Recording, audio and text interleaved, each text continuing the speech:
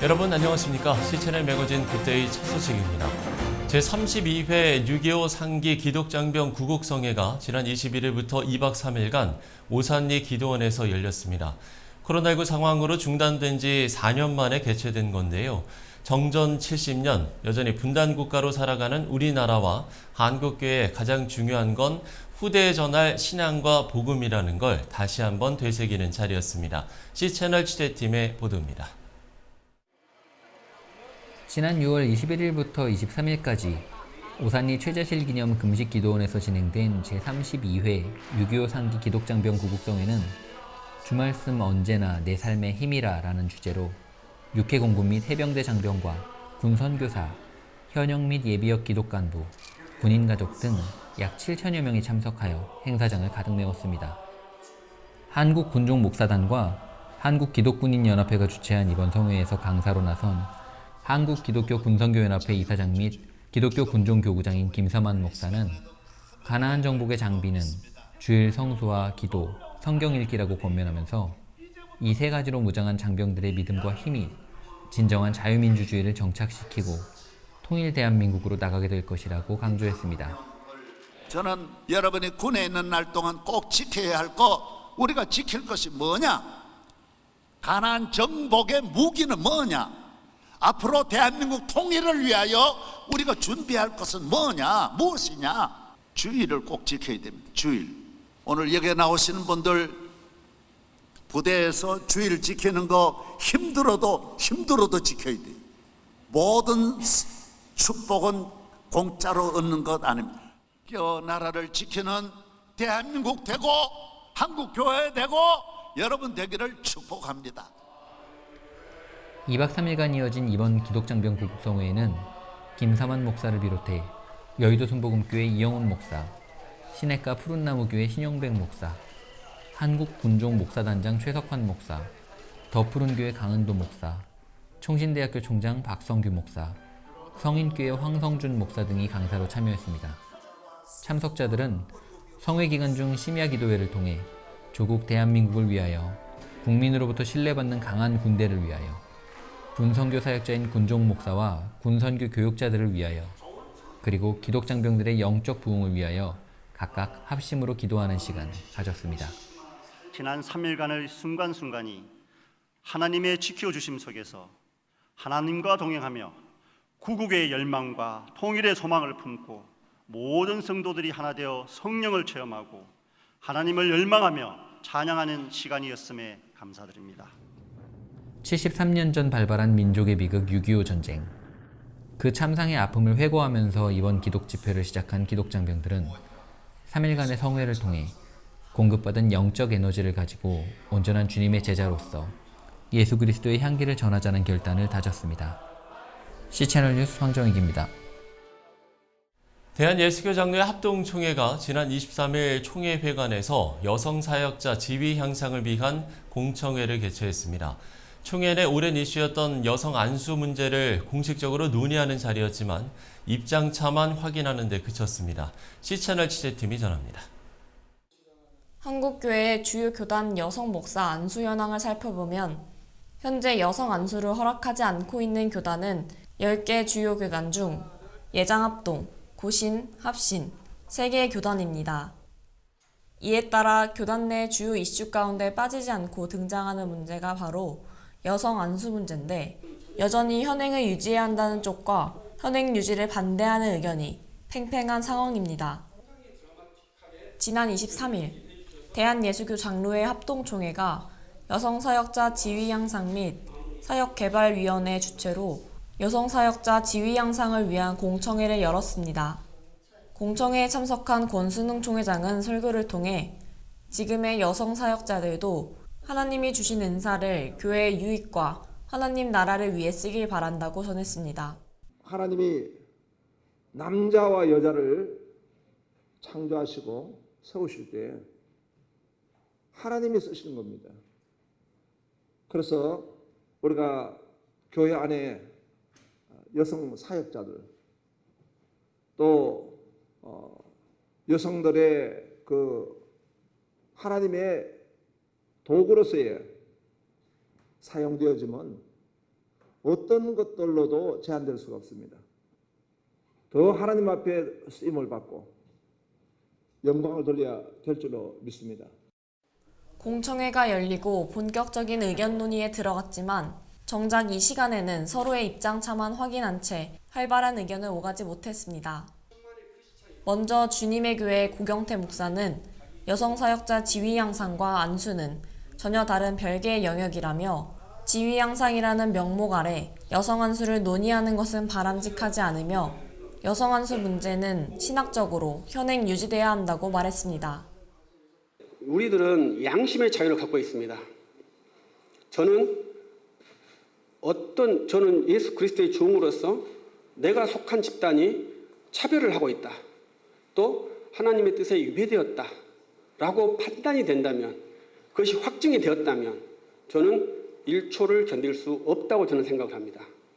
여러분들의 양심은 도대체 어떤 양심이길래 그 차별을 수년 동안 견디면서 이 교단에 있어야 되는지 저는 그것이 좀 납득이 잘 안 가요. 이에 대해 여성 안수의 당위성을 피력한 전주 열린문교회 이광호 목사는 여성 안수를 불허하고 있는 교단 상황에 대해서 여성 안수권을 논할 때 정말 중요한 것은 남자 혹은 여자의 권리가 아닌 하나님의 의도와 예수님의 관점이 무엇인지를 생각해야 한다고 강조했습니다. 하나님이 사람을 창조하셨다. 하나님이 남자와 여자를 창조하셨다. 세 문장이 나란히 나와요. 그러면 이것을 추려보면 무슨 말인가 하면 하나님의 형상이 곧 사람이고 사람은 무엇이냐? 남자와 여자다. 이렇게 말하는 것입니다. 그러니까 남자만 사람이고 여자는 아닌 것이 아니고, 그러니까 이 하나님의 형상이라는 이 말 속에는 이미 남자와 여자의 동역이 전제되어 있는 것이고, 남자의 사역과 여자의 사역이 두 날개가 되어서 시너지 효과를 일으킬 때 그때 비로소 참된 복음 사역이 가능해진다. 이렇게 말하고 있는 것입니다. 한편 공청회에 참석한 여성 사역자들은 아쉬움을 전하면서 이번 공청회가 향후 여성 안수에 대한 논의가 본격적으로 시작이 되는 계기가 되길 바란다고 덧붙였습니다. 매년 총회 때마다 헌의안으로 올라오는 여성 안수 문제. 올 가을 열릴 109회기 총회에서는 어떤 논의가 이어질지 주목해봐야 하는 시점입니다. CCNR 뉴스 김지윤입니다. 2023년 9월 19일부터 21일까지 예정된 대한예수교장로회 통합 108회 총회 장소가 서울 명성교회로 최종 확정됐습니다. 예장 통합총회 임원회가 제108회 총회 장소를 명성교회로 결의해서 요청했지만 명성교회 측에서 장소 선정 관련 재고를 요청한 바 있습니다. 이와 관련해 총회 임원회는 회의를 통해 재차 명성교회에 요청했고 명성교회가 수락하면서 최종 확정된 걸로 전해졌습니다. 2023 성령 한국 청년대회가 오는 8월 26일 서울 장충체육관에서 개최됩니다. 2023 성령 한국 청년대회 준비위원회는 지난 23일 광림교회에서 대회 설명회를 갖고 진행 상황을 공유하는 시간을 가졌습니다. 이번 대회는 광림교회 김정성 목사를 비롯해서 라이트하우스 홍민기 목사, 평촌 새중앙교회 황덕영 목사, 일산 광림교회 박동찬 목사 등이 참여할 예정입니다. 또한 이번 집회는 임재와 거룩, 선교, 파송 등 4가지 세션으로 나눠 진행되고 특별 간증도 마련될 예정입니다. 올해로 10주년을 맞은 성령 한국 청년대회는 기독 청년들이 한자리에 모여 말씀을 듣고 기도하는 초교파 청년 집회로 꾸준히 이어오고 있습니다.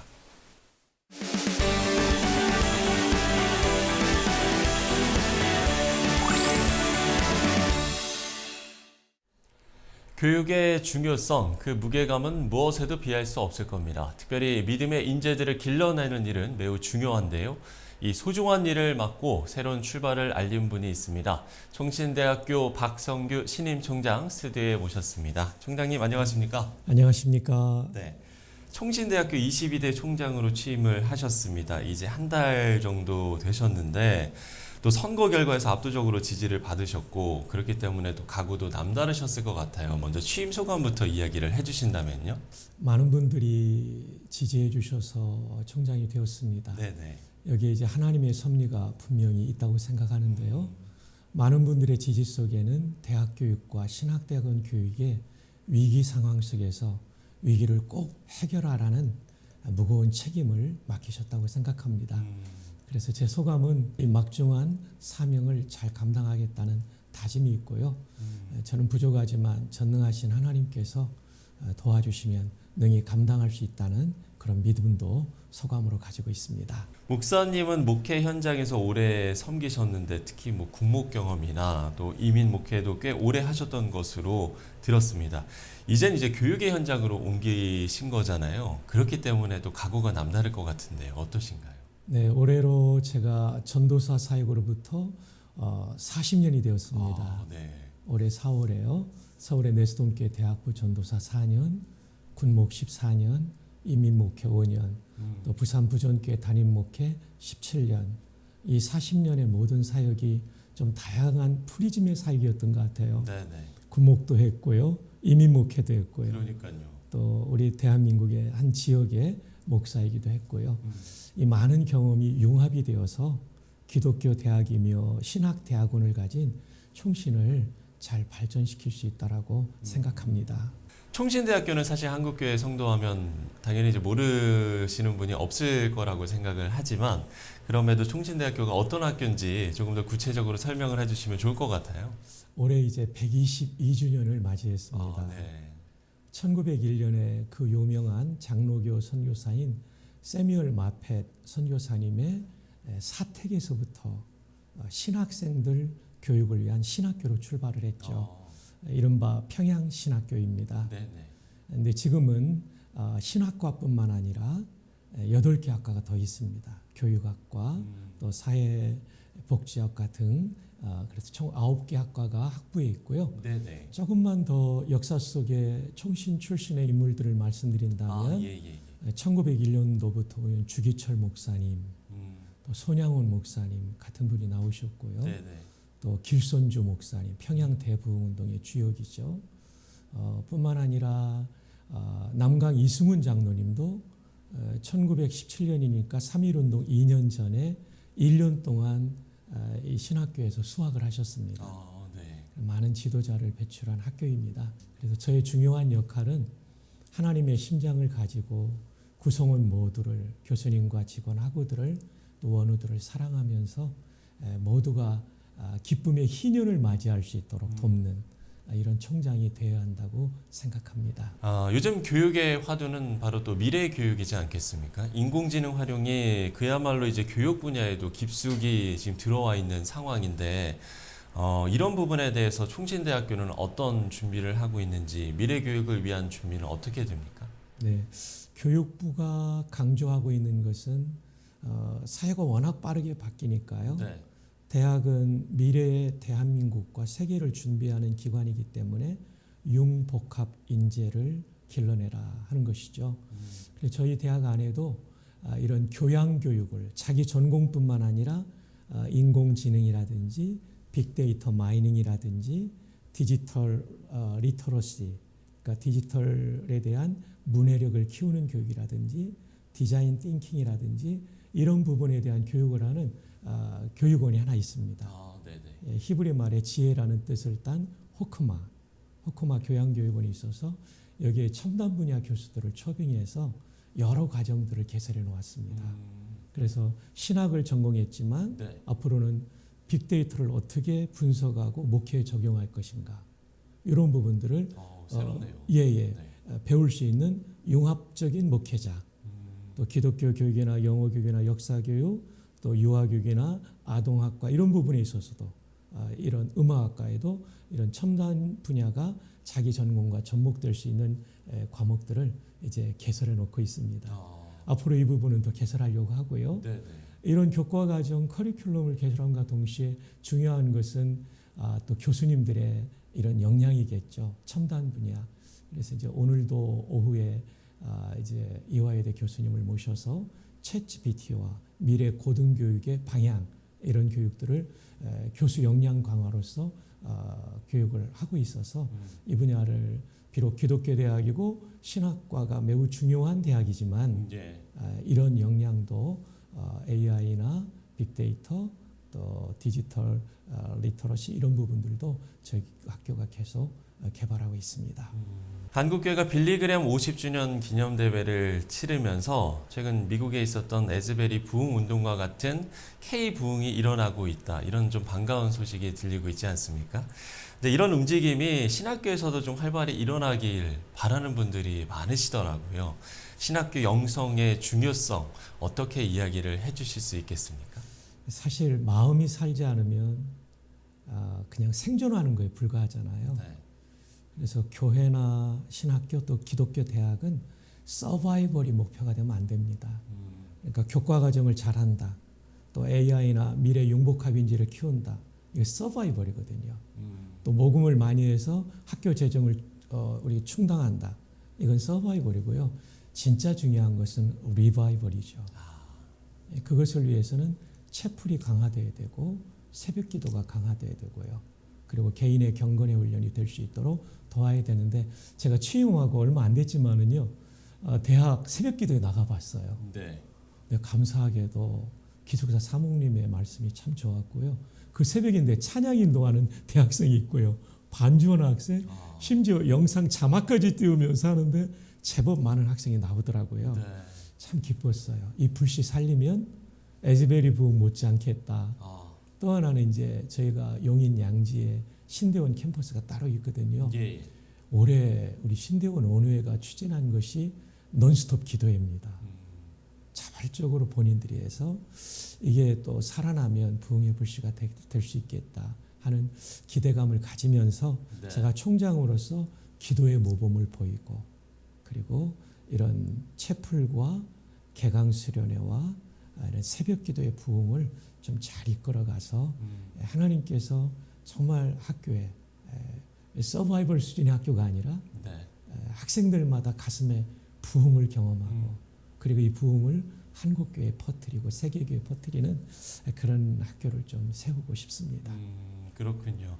서바이벌이 아닌 리바이벌의 중요성 강조를 해주셨는데요. 아마 연장선상에 좀 질문이 될 것 같습니다. 임기 내 중점 사역이 있으실 것 같아요. 네. 네.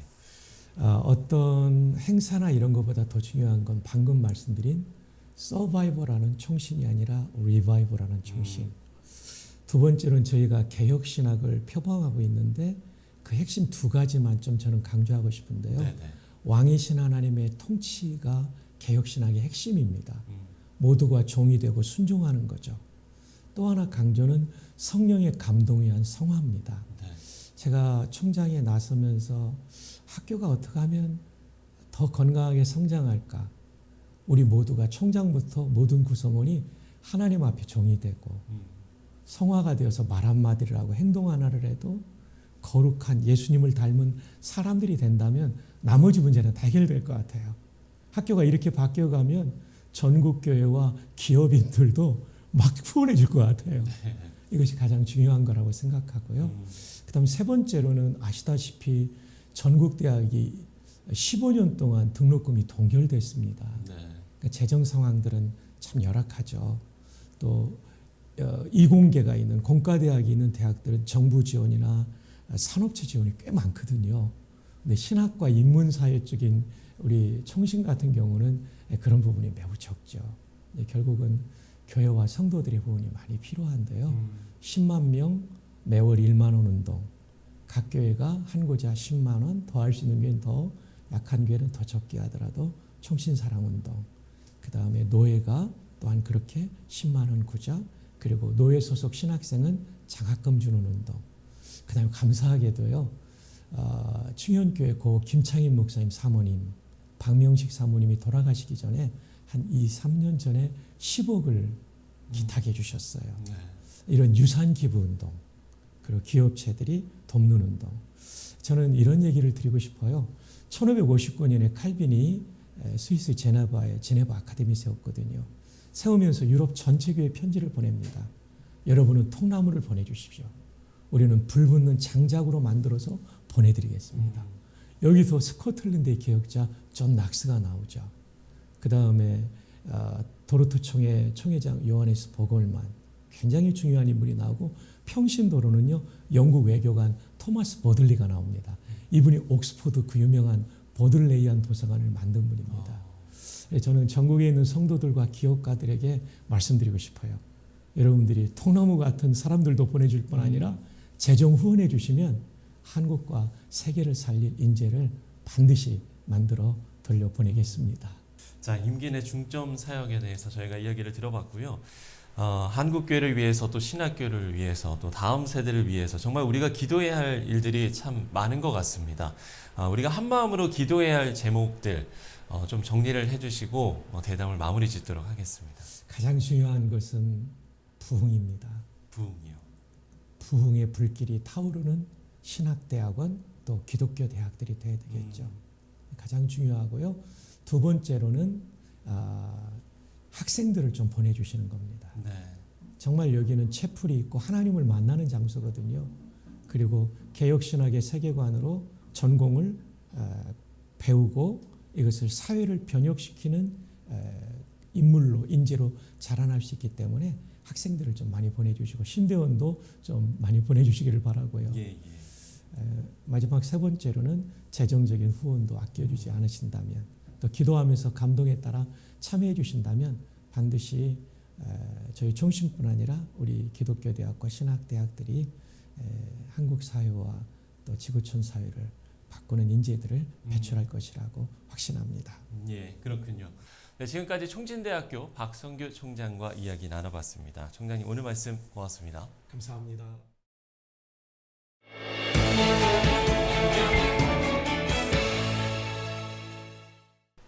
네, 수능 문제 출제가 사회는 물론이고 정치적 이슈가 될 만큼 교육 분야는 매우 중요한 영역입니다. 그렇기 때문에 앞서 이야기를 나눈 것처럼 교육과 신학, 이 두 가지를 모두 다루고 있는 신학교들의 사명은 더 막중하기만 합니다. 믿음의 리더를 길러내는 신학교의 교육, 한국교회 기도의 지원이 무엇보다 필요하겠습니다. 실천의 매거진 굿데이 오늘 순서는 여기까지입니다. 시청해주신 여러분 고맙습니다.